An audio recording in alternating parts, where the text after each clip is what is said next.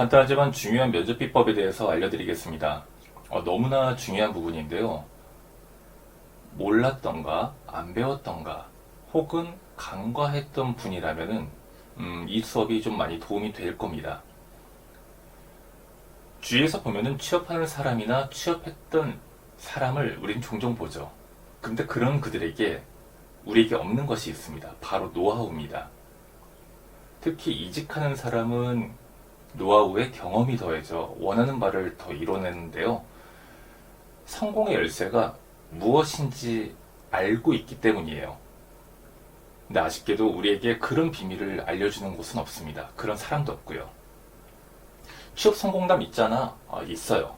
하지만 유심히 살펴보면 핵심 빠져 있고 무엇이 결정적인 요소인지는 없습니다. 오히려 이런 글들이 많을 겁니다.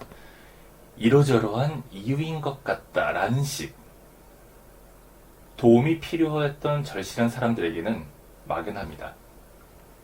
막연했던 그 부분의 비밀을 알려드리겠습니다.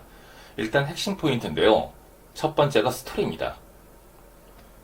스토리텔링을 해야 합니다. 스토리텔링을 하면서 발견은 나에 대한 발견이에요. 취미, 장단점, 자질, 역량, 동기뿐만 아니라 동기의 시작점도 찾을 수 있습니다. 이런 부분들이 완성이 되면 나아가서는 존경하는 인물이나 직무를 대하는 자세도 같이 찾을 수가 있는데요. 특히 존경이나 태도는 가치관하고도 연결되는데 이런 질문을 받았을 때 여러분들이 많이 어려워했을 겁니다. 그랬던 이유에 대해서 알려드릴게요.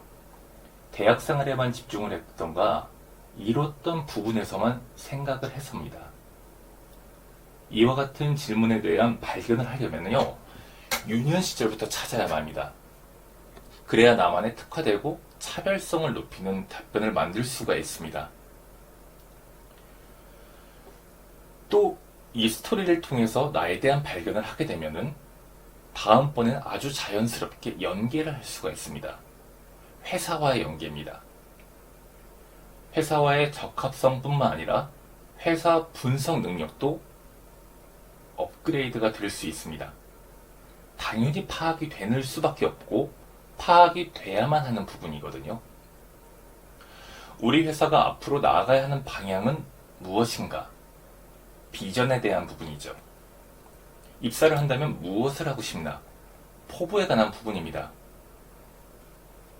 질문의 큰 틀은, 직무에서 큰 틀은 무조건 이 두 가지입니다. 이렇게 생각하면 쉬울 거예요.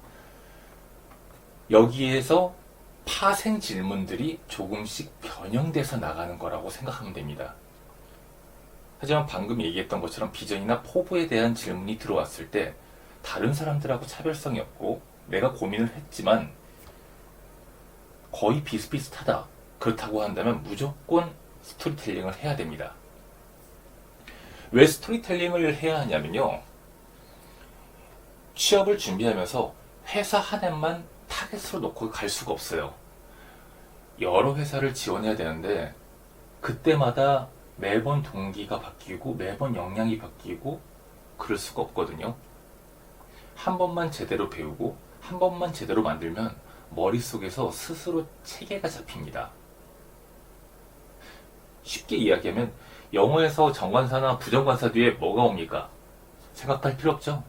당연히 바로 대답할 수 있는 것처럼 아주 자연스럽게 나올 수밖에 없어요.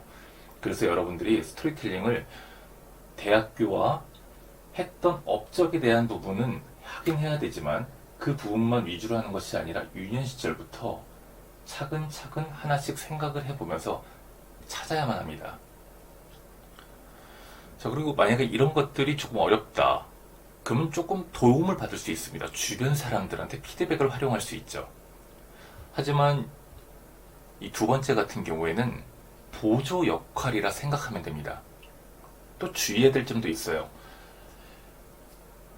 질문자가 애매하게 질문하면 답변자는 멋대로 해석하고 대답하니까 제대로 된 사람한테 질문을 던져야 됩니다. 가령 여러분들이 질문을 던졌는데 너는 내가 이런 게 마음에 안 들어. 넌 이런 게 바뀌어야 돼. 이렇게 답변이 오게 되면요, 여러분들 스스로가 어디서부터 바꿔야 되지? 얘가 대체 나한테 무슨 말을 하는 걸까? 말이 쉽지? 이런 생각을 하게 되면서 좌절을 하게 되거든요.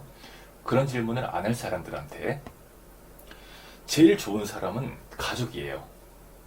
하지만 가족도 이러한 가족의 특징을 갖고 있다면 참고 정도만, 나에게 너무 좋은 면만 봐서 칭찬을 해주는 가족, 그와 반대로 너무나 현실적이고 비판적으로 얘기해주는 가족, 이런 조금 극단적인 부분이 아니라면은 보통의 가정에서는 이야기를 들었을 때 정확한 답변이 나올 수 있습니다. 하지만 가족이나 다음은 그 친구에서도 도움을 받기가 어렵다고 한다면은 나를 아예 모르는 전문 컨설턴트를 찾아서 도움을 받으면 좋습니다. 이 정도는 해야 지금 여러분들이 갖고 있는 답변보다는 조금 나을 수가 있습니다. 하지만 이 두 번째 같은 경우는 언제나 보조의 역할이라고 생각해야 되고 스스로 찾아야 됩니다. 그게 가장 좋아요. 스토리텔링 같은 경우는 오래 걸리지 않습니다. 사람마다 좀 차이가 있긴 하지만 길어야 보름이거든요. 그 보름 동안 이 스토리텔링을 다시 한번 재정립하고 아니면 새롭게 만들어 보려고 노력을 해보세요. 매일같이 틈틈이 시간이 있을 때마다.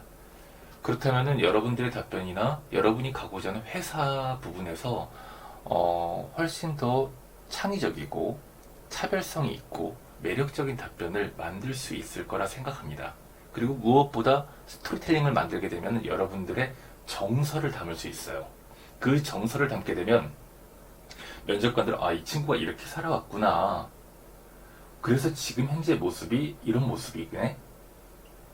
그럼 향후 우리 회사에 오게 됐을 때 앞으로 이런 방향으로 이끌어갈 제목이겠구나 라고 인식을 하게 됩니다.